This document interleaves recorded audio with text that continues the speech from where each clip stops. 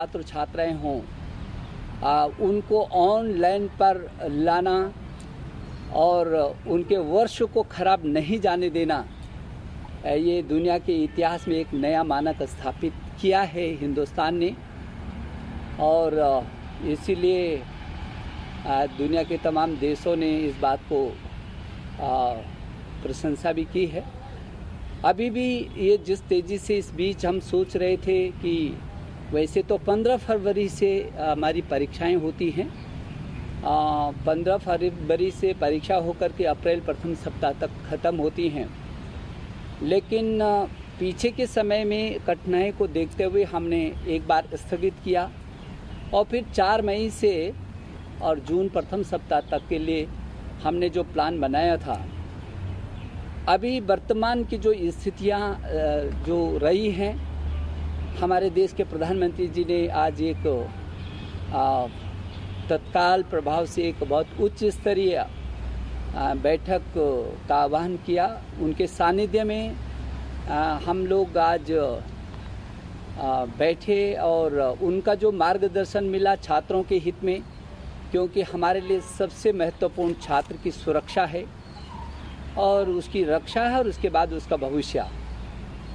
प्रधानमंत्री जी का विस्तार पूर्वक उनके साथ संवाद के बाद उच्च स्तरीय अधिकारियों की उपस्थिति में प्रधानमंत्री जी का जो मार्गदर्शन मिला है, उसके आधार पर हमने जो ये हाई स्कूल है इसकी परीक्षाओं को, वर्तमान में होने वाली परीक्षाओं को इसको निरस्त कर दिया है। अब इनको पदोन्नत करेंगे, प्रमोट करेंगे, लेकिन उसका एक सिस्टम तैयार करेंगे आंतरिक मूल्यांकन के आधार पर, और जो उसका प्रैक्टिकल हुआ है इन दोनों को जोड़ करके सीबीएसई को कहा गया है कि एक प्लान बनाए हो ताकि उसका मूल्यांकन भी हो और उसी के आधार पर उसकी कक्षा में पदोन्नति भी हो। लेकिन यदि ऐसा लगता है कि किसी छात्र को आंतरिक मूल्यांकन और जो सिस्टम है उससे संतुष्टि नहीं है और वो फिर भी परीक्षा देना चाहता है, तो वो हमको अवगत कराएगा और सीबीएसई जब भी अनुरूप परिस्थितियाँ होंगी उसकी परीक्षा आयोजित की जाएगी। पिछली बार भी हमने यही बात कही थी। जहाँ तक इंटरमीडिएट का सवाल है, ये 12वीं की जो छात्र हैं इसको अभी स्थगित किया है। 31 मई तक इस परीक्षा को उनका स्थगित किया है। 1 जून को आगे की तिथियों को हम सुनिश्चित करेंगे कि कब उनकी परीक्षाओं को करना है। हमारी कोशिश है कि जब भी हम परीक्षाओं के लिए सीबीएसई तिथियों को सुनिश्चित करेगी तो 15 दिन का हम ज़रूर मौका छात्र छात्राओं को देंगे ताकि किसी प्रकार की उसमें भ्रम की स्थिति न बनी रहे। मैं देश के प्रधानमंत्री जी का बहुत आभारी हूँ कि उन्होंने, चाहे वो नई शिक्षा नीति हो और चाहे वो ऑनलाइन पीएम ई विद्या का विषय रहा हो,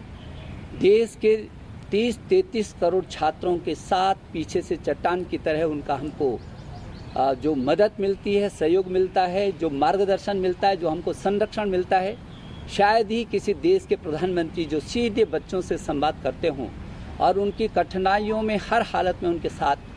पूरी ताकत के साथ खड़े नज़र आते हों। मैं अपने प्रधानमंत्री जी का इस अवसर पर मैं हृदय की पूरे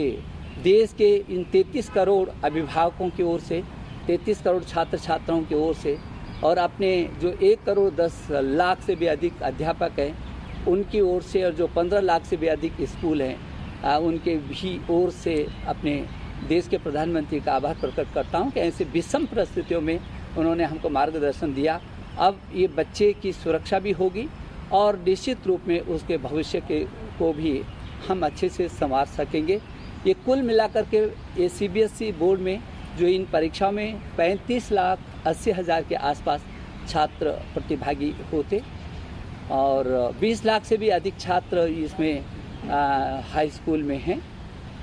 तो मैं एक बार अपने सभी छात्र छात्राओं को शुभकामना देना चाहता हूं कि वो